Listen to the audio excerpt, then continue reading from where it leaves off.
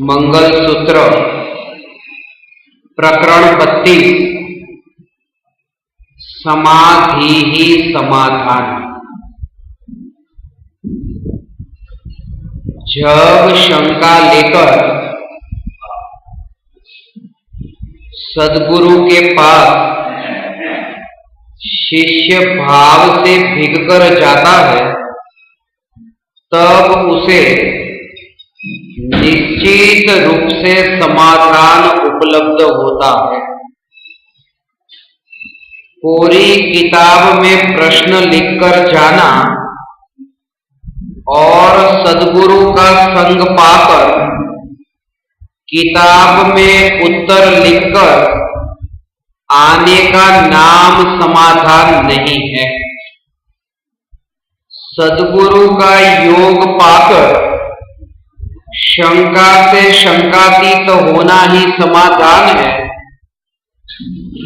जैसे पत्थर से भगवान की प्रतिमा बनती है, तब पत्थर पर कुछ जोड़ना नहीं पड़ता है, बल्कि छैनी और हथौड़ी से अप्रयोजनभूत पत्थर हट जाने पर भगवान की प्रतिमा प्रकट होती है। सत्संग के फल में शिष्य की शंका ही गिर जाती है। समाधि ही समाधान है, मेडिटेशन ही मेडिसिन है, ध्यान ही औषधि है, विकल्प होना ही शंका है और निर्विकल्प होना ही समाधान है। एक स्थान पर पैर के ऊपर पैर और हाथ के ऊपर हाथ रखकर आंखें बंद कर बैठ जाना और मैं आत्मा हूं, मैं आत्मा हूं, ऐसा विचार करने का नाम समाधि नहीं है। तत्व विचार एवं आत्मचिंतन के फल सहज निर्विकल्प आत्मानुभूति प्रकट होती है, वह समाधि है। याद रहे, विकल्पातीत होना समाधि है, शंकातीत होना समाधान है।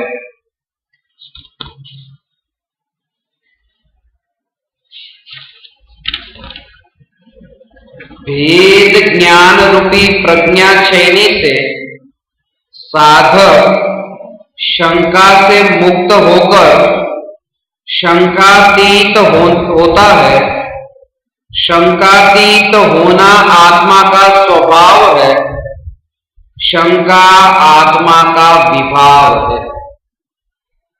स्वभाव प्रकट होने पर विभाव दूर हो जाते हैं।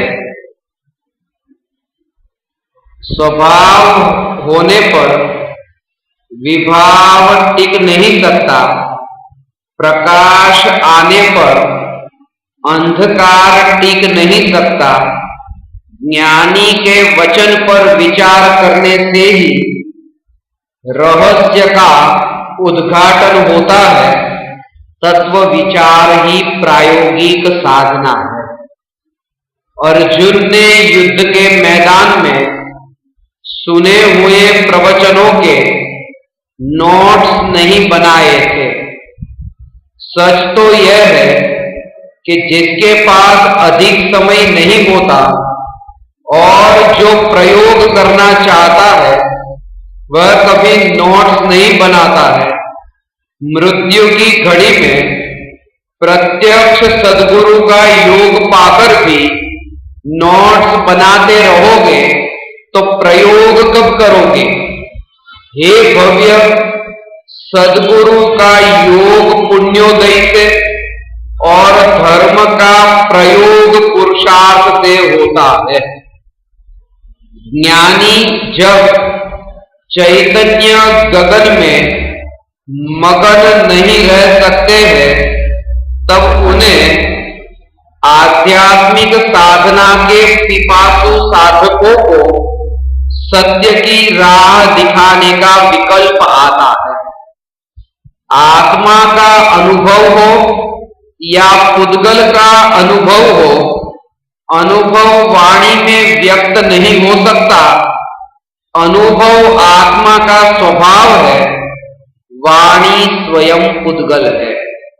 जैसे मौन को वाणी से व्यक्त नहीं किया जा सकता, ऐसे ही आत्मानुभूति को वाणी से व्यक्त नहीं किया जा सकता।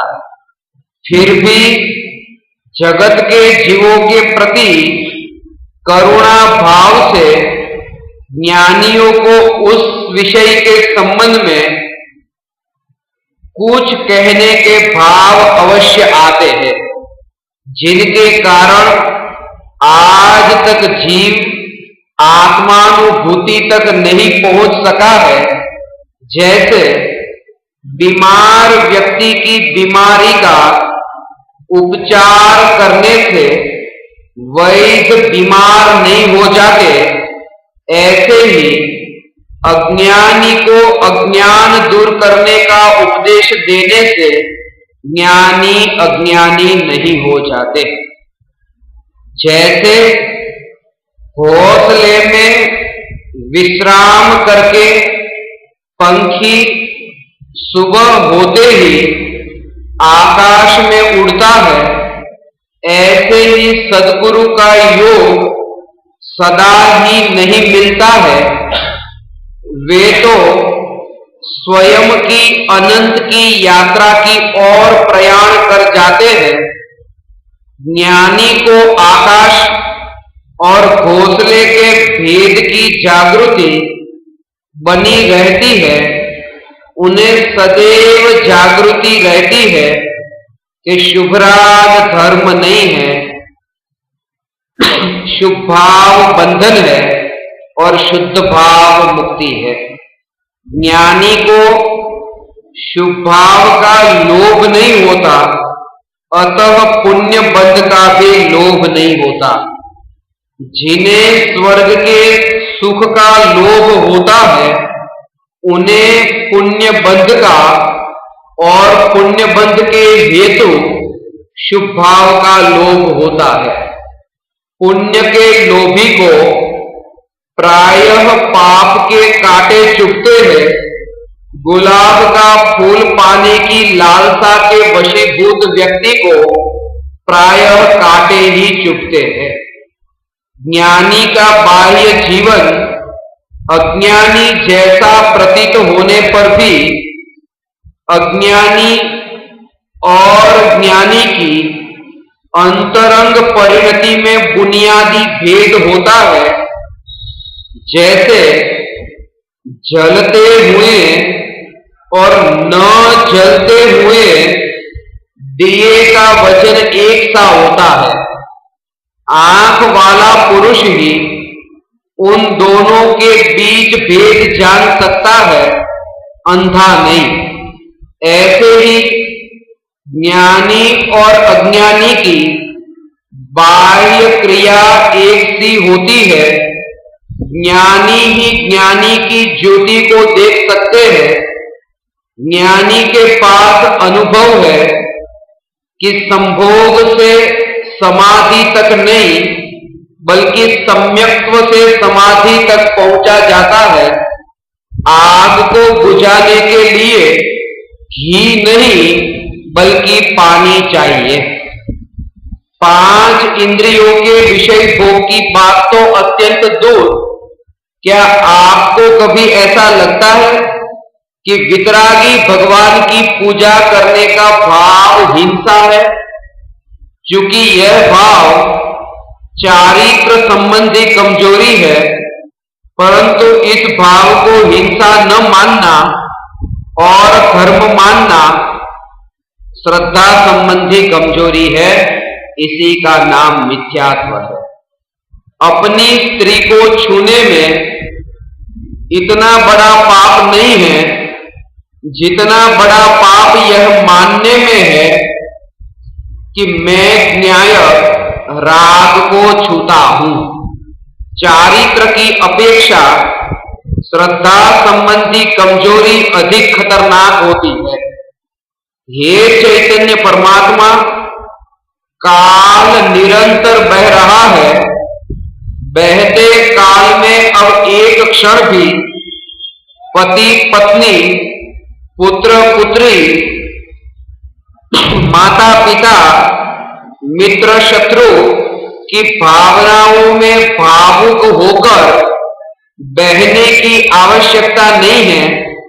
बुढ़ापा आएगा तो काले बाल अपने आप सफेद हो जाएंगे, परंतु काले मन का क्या करोगे?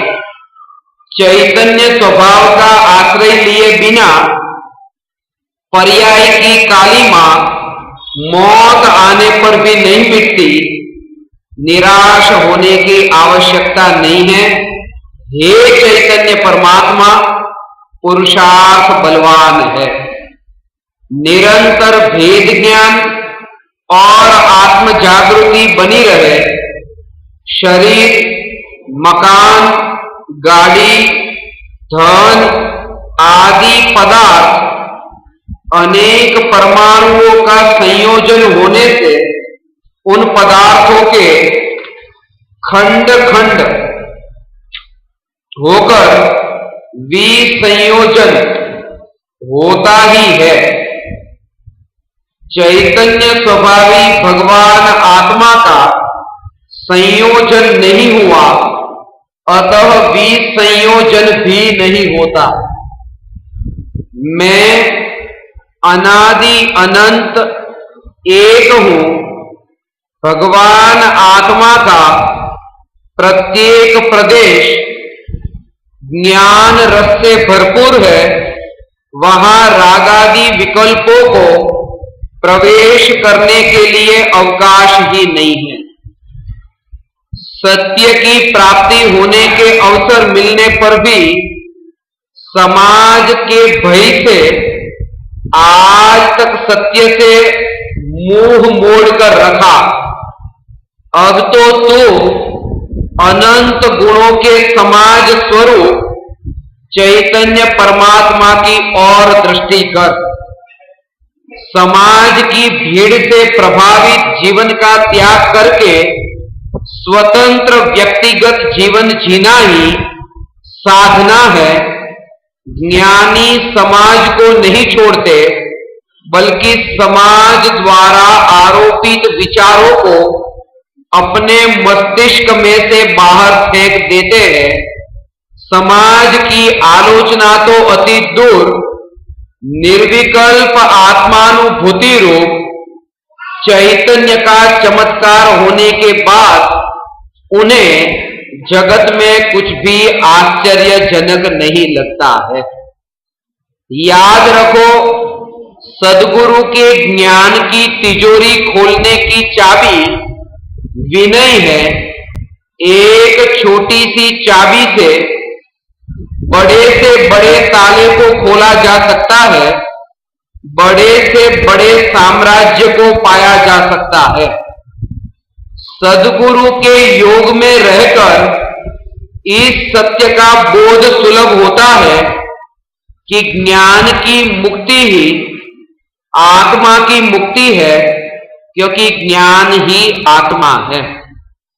ज्ञान को मुक्त रूप से विचरण न करने देना और स्वयं का विकल्प जोड़कर यहां से वहां और वहां से यहां उपयोग को भ्रमण कराने का कर्तृत्व ही ज्ञान का बंधन है।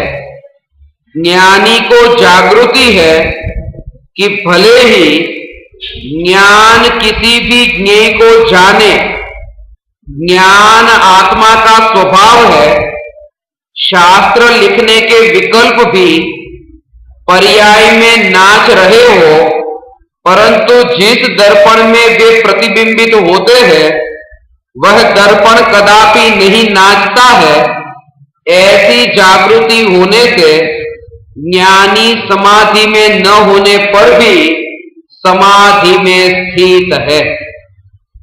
ज्ञेय को यथार्थ जानने या न जानने से जीव ज्ञानी या अज्ञानी नाम नहीं पाता है, परंतु परज्ञेय एवं चैतन्य तत्व के बीच वेद ज्ञान की धारा बहने के कारण ज्ञानी और न बहने के कारण अज्ञानी होता है।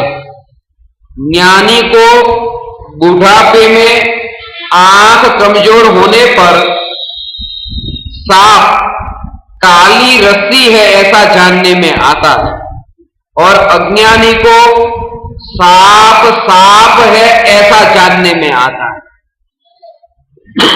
फिर भी ज्ञानी ज्ञानी है और अज्ञानी अज्ञानी, क्योंकि ज्ञानी मानते हैं कि परज्ञेय का ज्ञान में प्रवेश हो ही नहीं सकता, पर से मेरा कुछ भी संबंध नहीं है।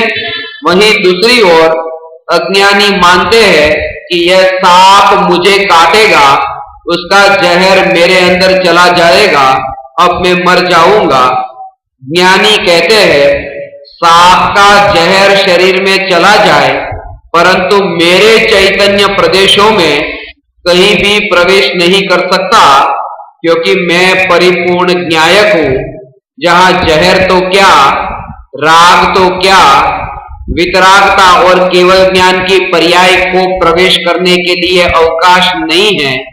हे चैतन्य परमात्मा, वास्तव में ज्ञान ही जानने में आता है, परंतु अज्ञानी को परज्ञेय की रुचि के कारण ज्ञान की अनुभूति में परज्ञेय की अनुभूति का आभास होता है।